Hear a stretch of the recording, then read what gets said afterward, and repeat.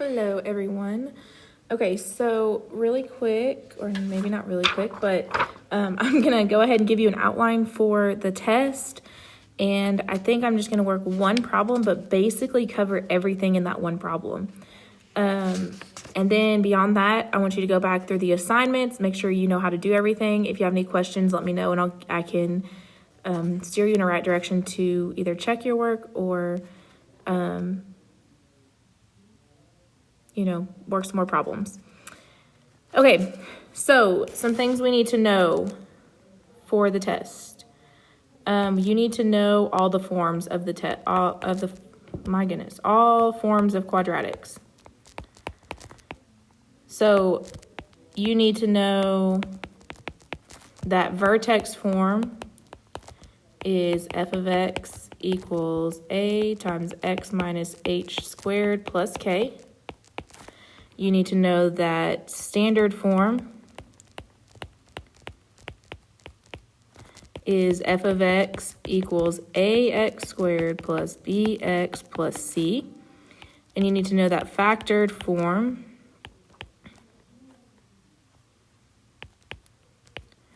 is f of x equals a times x minus r times x minus s. So you need to know all three of these forms. I will not provide those for you on the test, so make sure you know those. And then we need to know how to convert between all of these forms. So convert between forms.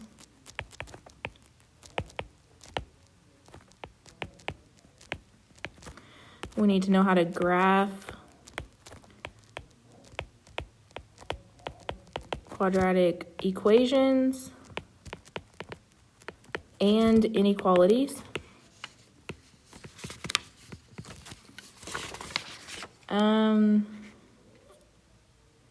We need to know how to write equations.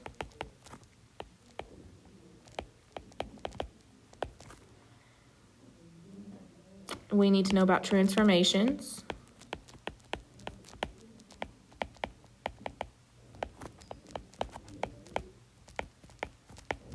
So this was the discovery activity we did. If you are working from home and you did not understand that discovery activity, I need you to email me so I can help you. Okay? So basically what I'm going to do is I'm going to work a problem and we'll convert it to all the forms. We'll write an equation first. So let's do that. I'm going to write the equation with the vertex at negative 3, 0 and goes through the point negative 5, negative 4. Okay, so this was on the writing quadratics assignment from yesterday. And I'm just going to basically do everything with this one problem. So we can write this. We have a vertex and we have a point. So I'm going to write this in vertex form first. This is hk, this is x, y. So my equation, my vertex form is f of x equals a times x minus h squared plus k. And f of x is the same thing as saying y. So then I can plug these values in. I can do negative 4 equals, I don't know what a is. X is negative 5 minus negative 3 becomes positive 3 squared plus 0. I can solve for a. So I have negative 4 equals a times negative 2 squared. Negative 2 squared is 4, so this is 4a equals negative 4. So a equals negative 1. Okay?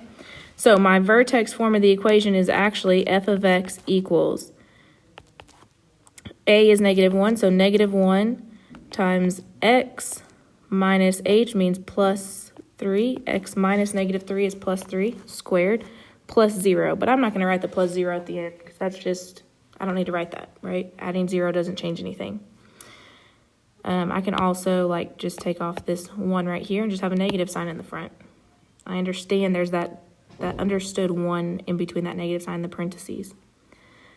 Okay, so we know our vertex is 3, 0. And we can identify our x-intercepts and our y-intercepts by converting this function into standard form and into factored form from there.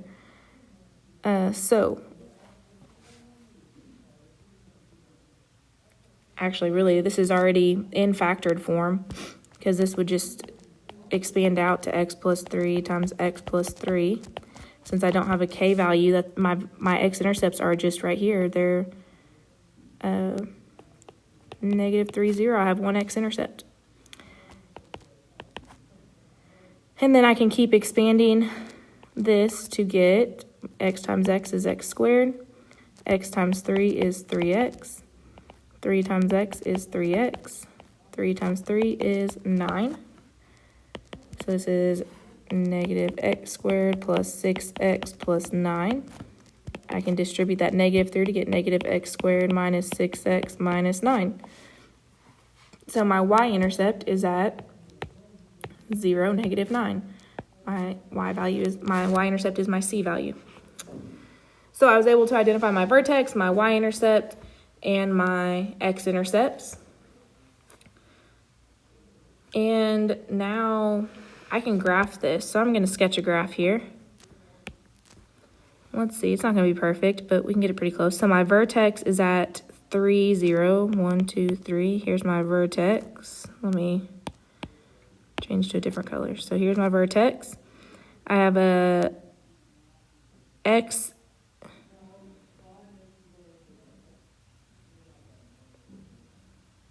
Oh, hold on.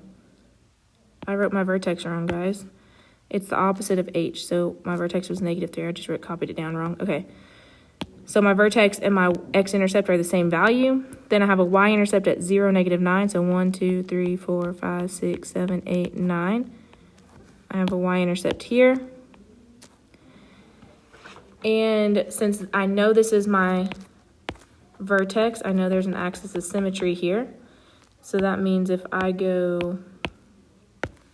put, so this point, my y-intercept is 1, 2, 3, distance of 3 to the right. So 1, 2, 3. There's 1, 2, 3 on the right, and then down 9. So that means I should also have a point around symmetry on this side. And I can sketch this graph. Okay, so there we go. Sketch the graph of the quadratic. I found my vertex, my y-intercept, my x-intercept to use to make things a little bit easier. Let's see. So we also need to graph a quadratic inequality. So let's see. I guess we'll just change this. That's what we'll do. No, let's go ahead. We'll do it. I'm going to do this again. I'm going to write a second equation with an a value of 1. So where do I have those at?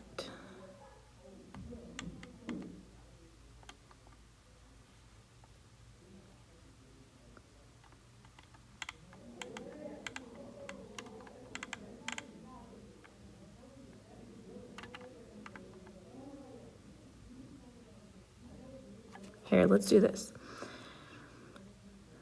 Okay, so we're going to do this equation.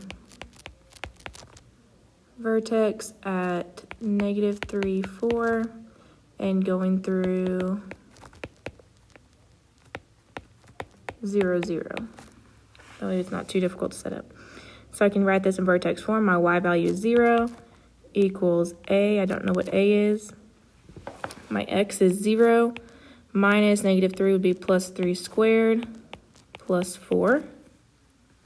So 0 equals a times 3 squared plus 4. 0 equals 9a plus 4. So I'm going to subtract 4 from both sides. So negative 4 equals 9a. Divide by 9. A equals negative 4 over 9. So I can write this equation as f of x equals negative 4 over 9 times x plus my h value is 3 squared plus my k value is 4. Okay, so my vertex we know is negative 3, 0. We can identify the x-intercepts and the y-intercepts. So let's go ahead and do that. We'll convert this this function. So first, we can go ahead and try to get it to standard form by expanding it out. And here, I can't just say my x-intercepts are these values because we have this thing that will affect it, okay? So we need to go ahead and convert all the way through, which is one reason why I wanted to work the second problem. So let's go ahead and distribute. We have x squared plus 3x plus 3x plus 9 and plus 4 at the end. Then we have, that is negative 4 over 9 times x squared plus, my like terms here is 6x plus 9 minus 4. I can distribute this negative 4/9. I get negative 4/9 x squared. Let's see, negative 4/9 times 6. 6 divided by 9 will leave me 3 1/3, right? So this is minus 4/3 x. Then we'd have negative 4/9 times 9. Well, 9 divided by 9 is 1, so minus 4 minus 4. So that is negative 4/9 x squared minus 4/3 x minus 4 is minus 8. Combine my like terms. Okay. So that means my y-intercept is at 0, negative 8. So we need to find our x-intercepts. We can do a couple different things here. We can use quadratic formula, but I think I'm going to use the x method by factoring out that negative 4/9 to get a in front. So negative 4/9 x squared. Then we'll do negative 4/3 divided by negative 4/9. So that equals negative 4/3 times negative 9 over 4. So that would cancel out. This is going to be 3. So 1. Nope, sorry. Just kidding. That 9 became a 3. 9 divided by 3 is 3. So minus 3x. And then negative 4. Oops, sorry. I'm sorry, guys. Okay. Negative 8 divided by negative 4/9. When I factor out, that means I'm dividing. So this is negative 8 times, keep it, change it, flip it, negative 9 over 4. Well, 8 divided by 4 is 2. So negative 2 times negative 9 is positive 18. So this becomes plus 18. Okay. If you don't understand my math here, then just do this in your calculator. Negative 4/3 divided by negative 4/9. Okay. I know I think about it a lot differently than most of you guys do. All right, so now I have, let's see if this works out nicely. A times C is 18. My B value is negative 3. So two values that multiply to give me 18 and add up to give me negative 3. So my factors of 18 are 1 and 18, 2 and 9, 6 and 3, right? No, that is not right. What is it? 2 and 9, is that it? No, 6 and 3, that's right. 12, 18, yeah. So that's probably what I'm looking for, 6 and 3. Has to be negative, so that means I have negative 6 and 3. So this is going to factor to x minus 6 times x plus 3, which means my x-intercepts are at 6. I take the opposite sign, 6, 0, and negative 3, 0. So again, we can graph this. I'm going to go ahead and just make this some random. I'm going to say it's greater than or equal to.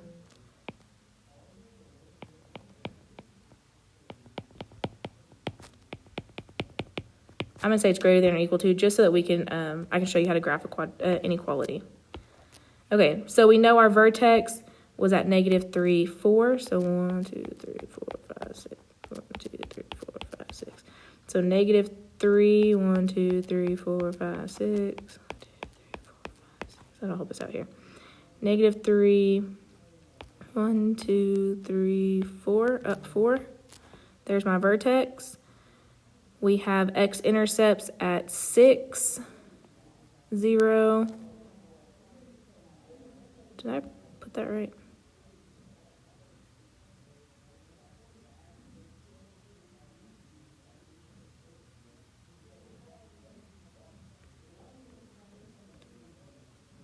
Negative 3, 0, 1, 2.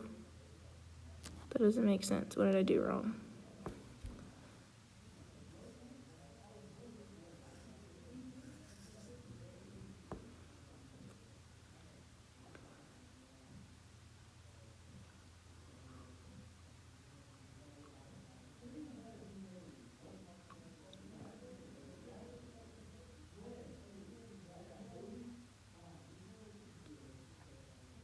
Alright guys, sorry it took a second. I wanted to find my mistake, and before I erased and just like completely deleted my video and started over, I wanted to show you where my mistake was, and I wanted to correct it with you because I know I see this a lot of times in class. You guys just erase everything, and really there's an easy way to fix it, right? We can just go back and correct our work along the way. So first thing I notice is from here to here, I changed from a positive 4 to a negative 4. So that changed my problem, right? So this becomes plus, this becomes plus. That's going to change things further on. Also, I made a second mistake. When I did, when I did negative 4/9 times 6, I got 4/3, but I mathed wrong over here. So let me do this again. Negative 4/9 times 6. Well, 6 divided by 9 is going to be 2/3. So negative 4 times 2 is negative 8 over 3. So this should be 8 over 3. Okay? And then here, right here, this became negative 4 plus 4, which is 0. Okay, so I'm going to go ahead and erase just this part down here because that changes the rest of my equation. Okay? So don't always just erase everything. Go back, work your way through. This is what I did. Like I just went back to the very beginning up here on this row and went back through and checked my work. I said, okay, so, well, this should be a positive. I changed that.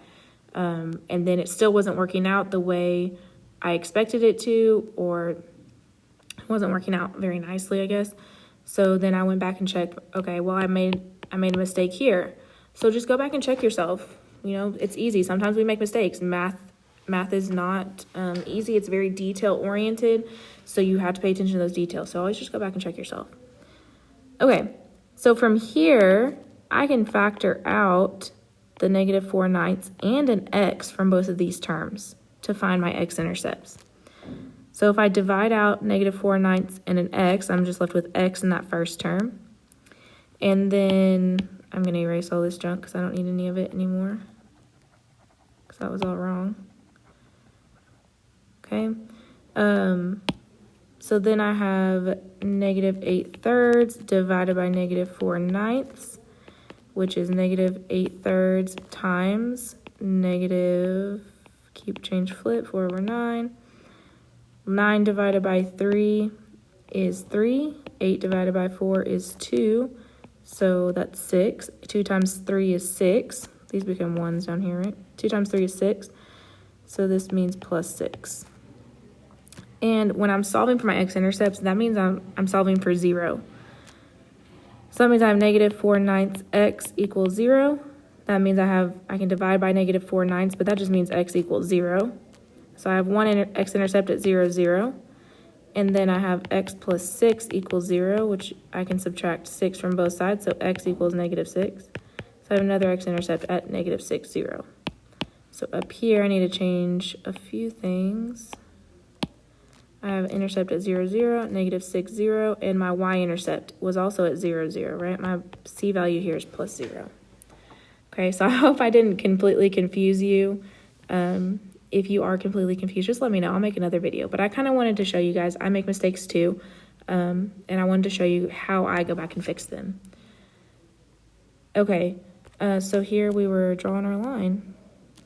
The reason I noticed I made a mistake was because my x-intercept and my vertex were lined up, and that doesn't work, right?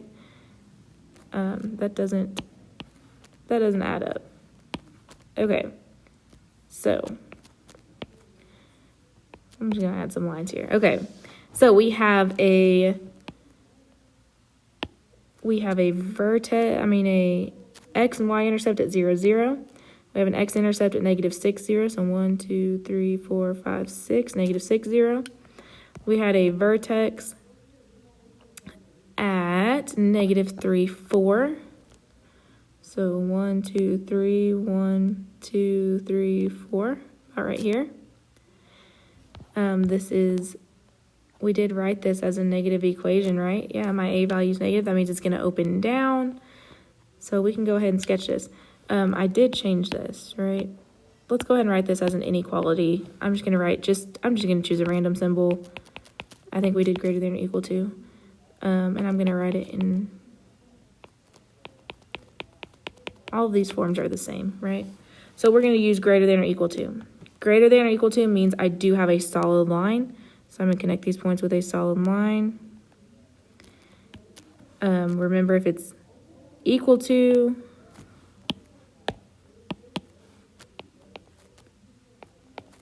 these are solid lines. If it's greater than or less than, these are broken lines. Keep this in mind. And then if it's greater than, we shade outside. So this is also going to be outside. If it's less than, you shade inside the parabola. What I mean by inside or outside is either we're shaded in here or out here. So since we have greater than, that means we are solid and outside. So this would be shaded in out here. Okay? Let's see, what have I not covered yet? So we talked about all these forms. We've converted between forms. We've graphed both an equation and an inequality. We've written equations. Okay, so transformations. So if you're given an equation, something that looks like f of x equals, let's say 5 times x plus 6 squared minus 8. Well, that activity told us some things. If our a value tells us if a is greater than 1, then we have a shrink happening, or this is also a vertical stretch. If a is between 0 and 1, then this is a stretch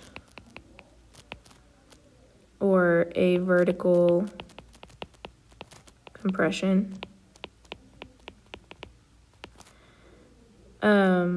Our h value tells us if it's positive, it moves to the left. If it's negative, it moves right. And our k value, if it's positive, it moves up. If it's negative, it moves down. Okay, so this function, I can tell you just by looking at it that the vertex is going to move left 6, down 8, and there's going to be a shrink of 5, okay? Remember, if a is negative, then this reflects over the x-axis, okay? So then I can sketch a graph. I can sketch this. So my vertex of my parent function starts at 0, 0. Starts at 0, 0, right? My parent function looks something like this, okay? So what I'm saying here is that, draw some lines. 1, 2, 3, 4, 5,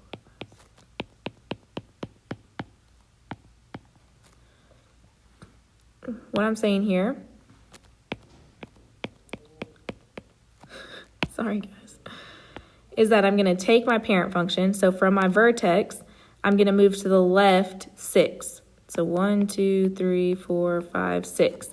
And I'm going to go down 8. So that's all the way down here, down 8. So there's my new vertex. We didn't reflect any because it's not negative, so it's still going to open up, but it is shrinking. So that means it's going to be a little bit more narrow. So instead of being as wide as my parent function, it's going to be a little bit more narrow. And I can kind of sketch that, get an idea of that, right? It doesn't have to be perfect, but as long as I'm making it more narrow than my parent function. But this is a general idea of what this new graph would look like. It's not perfect, but a general idea, okay? So this is the idea of transformations that I want to talk about, that I want you to know for the test. If you have questions about this, please let me know. All right, I think that's it. Again, go back to the assignments. The transformations discovery activity has problems like this where you're sketching graphs and you're telling me what's happening to the graphs on the last 2 pages. So look at those, practice those. Let me know if you have questions. See you later.